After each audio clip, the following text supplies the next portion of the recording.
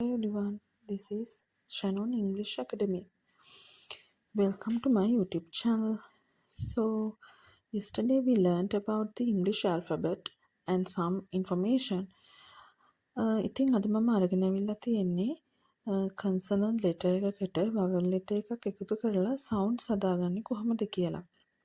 මම මෙතන උදාහරණයක් විදිහට D letter එක අරගෙන ඒකට vowel letters 5 එකතු කරලා sounds හදලා තියෙනවා. උදාහරණයක් විදිහට මම එක letter එකක් explain කරන්නම්. D අකුරේ ශබ්ද දෙකක් තියෙනවා උත් කියලා. ඒ වගේම U අකුරට ශබ්ද දෙකක් තියෙනවා ආ කියලා. do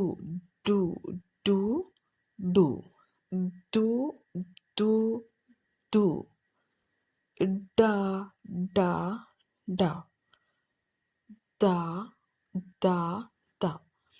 මේ විදිහට අපිට හැම consonant sound එකකටම vowel sound එකක් එකතු කරලා ශබ්ද හදාගන්න පුළුවන්.